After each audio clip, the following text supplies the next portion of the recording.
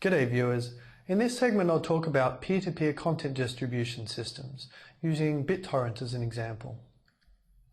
So peer-to-peer content delivery is interesting to us because it provides an alternative to client-server content delivery using CDNs.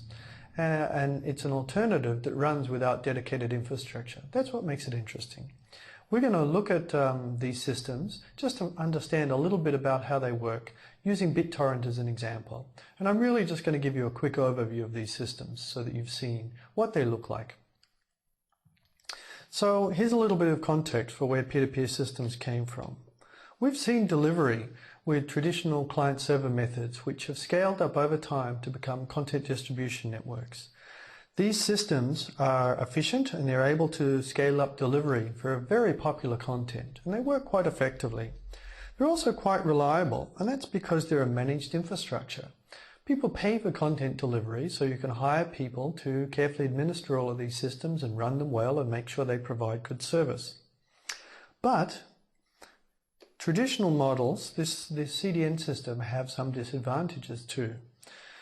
And the two real disadvantages that come to mind are, first, the need for this dedicated infrastructure. It has to be provisioned and carefully managed. All of that costs money. So we're paying maybe quite a lot, maybe more than we need to, for this content delivery. And second, there is an element of centralized control or oversight. Whoever has set up the CDN is really in control and able to make decisions about what goes on that CDN. Now that may present problems for some people for many reasons. You might not be interested, for instance, in some large internet companies such as Google or Facebook delivering all of your content and having a very good idea of what's going on. So if you care about privacy, peer-to-peer might be more interesting.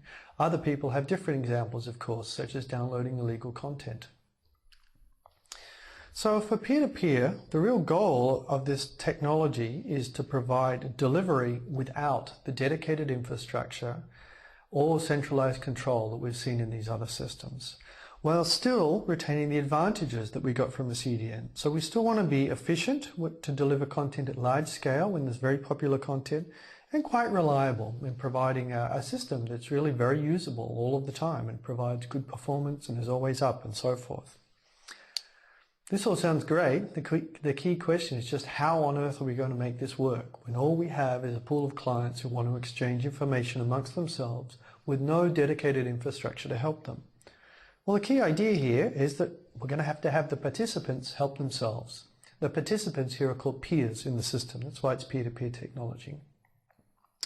Peer-to-peer took off very shortly after some of the early systems, such as Napster, demonstrated a peer-to-peer system in '99.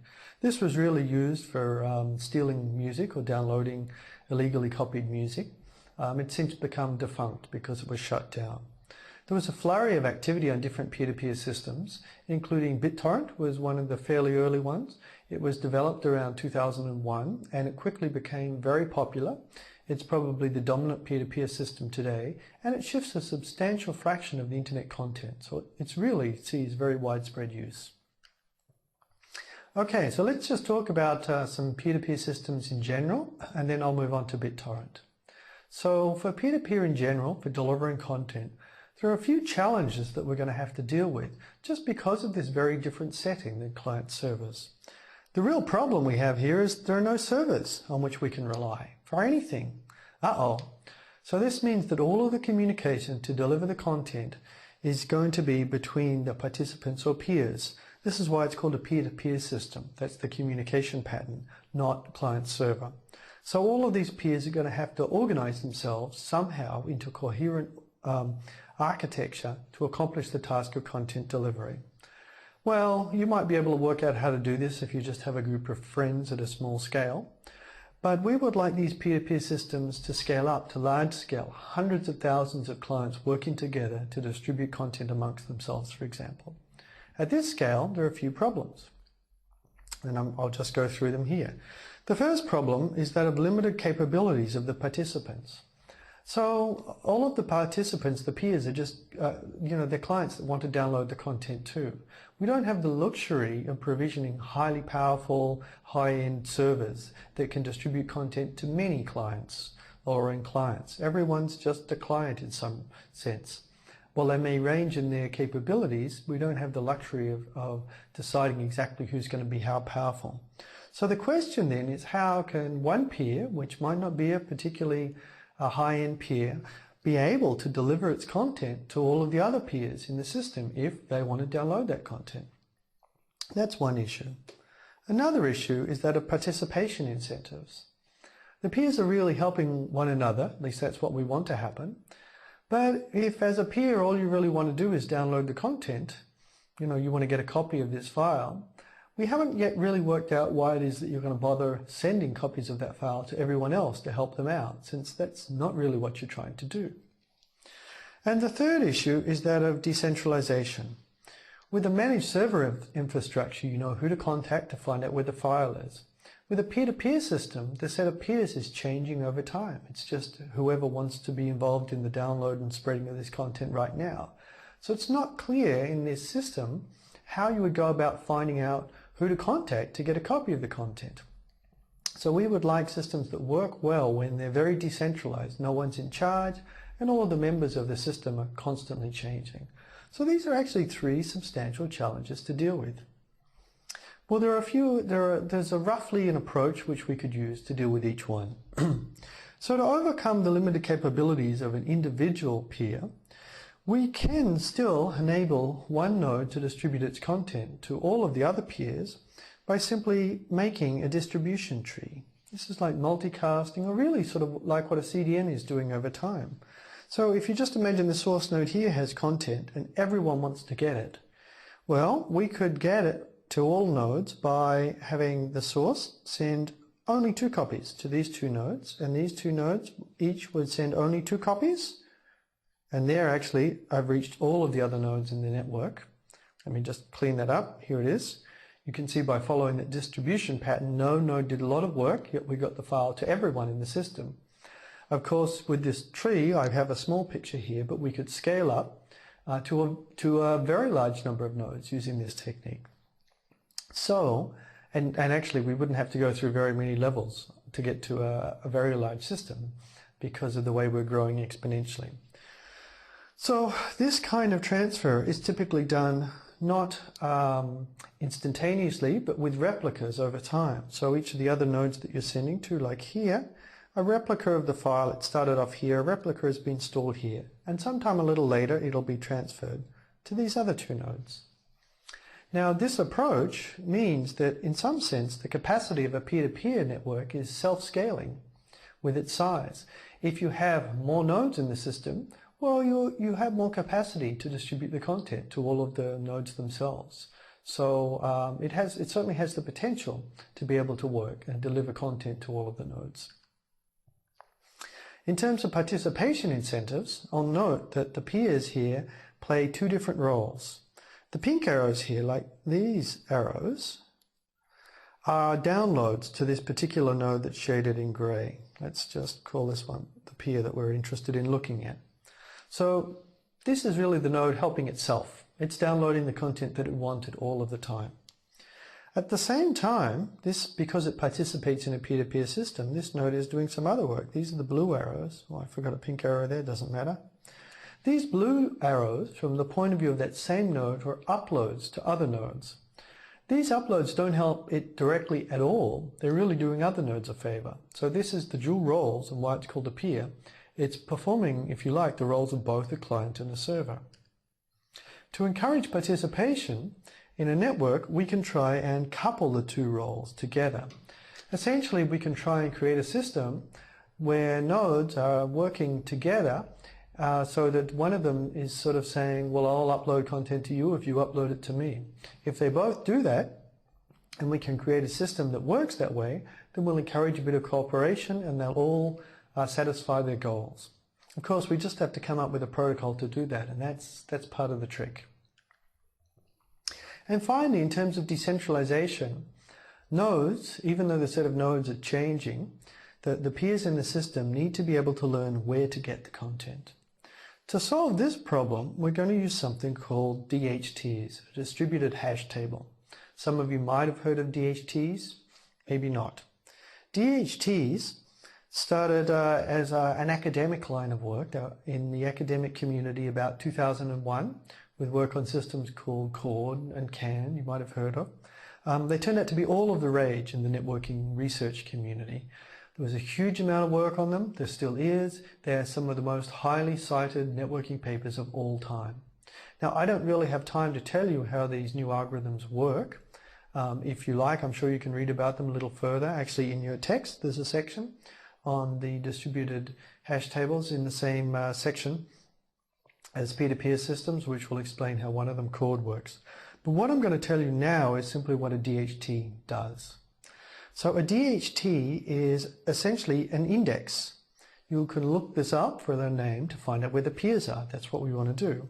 Now, it's a distributed index, so the index is spread across all of the peers, and it's fully decentralized and efficient. These are the properties we want. So what does all of this mean? Well, I guess I'm repeating this a little bit, but let me just say a DHT is an index that's spread across all of the peers, so it's distributed. The index provides a mapping from, say, the name of a file or something you want to get to the set of peers who currently have pieces of it that you could contact. And any peer who's in this system is, by using the DHT algorithms, able to look up this index and find out who the peers are to contact to get a copy of this file. So an index is a very simple thing. It turns out to be difficult to do in a way which is fully decentralized. Even when the peers are changing, it is still very efficient and fast to look up. That's the magic of DHTs, but I won't go into it. Okay, so let's move on to a BitTorrent to see an example of a peer-to-peer system. So BitTorrent is the main peer-to-peer system that's in use in the internet today. It was developed starting in 2001 by Bram Cohen. Here he is, shown on the right. Finally, we found someone younger than myself to show you a picture of. That's great. BitTorrent, after its introduction in 2001, grew very rapidly. And it sends a very large amount of traffic because it's used to transfer very large files. Movies, for instance. Copies of movies are moved around. As a result, today, BitTorrent traffic constitutes a significant fraction of all internet activity. So this is one of the main kinds of traffic on the internet. And it's used for much legal as well as illegal content. Maybe I should actually say illegal and legal content, depending on what you think is mostly transferred with BitTorrent. So just to switch to a little closer to the BitTorrent terminology, data is delivered using these things called torrents. A torrent, you might imagine, is just a big gush of data that's going to give you the file you want. The BitTorrent system transfers files in pieces, so it's going to break up a file into pieces. Because by using many pieces in parallel, this parallelism is what is going to give us a high level of performance and let you get a fast transfer rate, even though the individual peers might not be very fast themselves. It's notable for its treatment of incentives as part of the protocol. What this really means is that the protocol does actually consider incentives and try and do something about it. We'll see that in just a minute. And in terms of decentralization, some of the early versions weren't really decentralized. They used an index which was stored on just another server that you had to find and know about. But the most recent versions have now switched to using decentralized indexing technology using a DHT. Okay, so here's the architecture. Oh, sorry, actually, before we get to the architecture, here's the steps to download a torrent. And then I'll show you a picture and we'll go through these steps again. This is what you do. Step 1, start with the torrent description. You've got to know what you want to download. Maybe someone, your friend, mails you a link or a description of a torrent and says, check this out, it's great. Okay, once you've got this description, step 2 is to find out the peers you can contact to get the torrent, to download the file. You can do this either by contacting this special tracker to join the set of live peers and get the list of other peers that are currently downloading the file. This list will contain at least a seed peer, a special node which is initialized with a copy of the content to bootstrap this whole process. This is the older centralized way. Alternatively, you can use this decentralized, fully decentralized DHT index, look it up under the name of the torrent and find a set of peers who you can contact to get a copy of this file.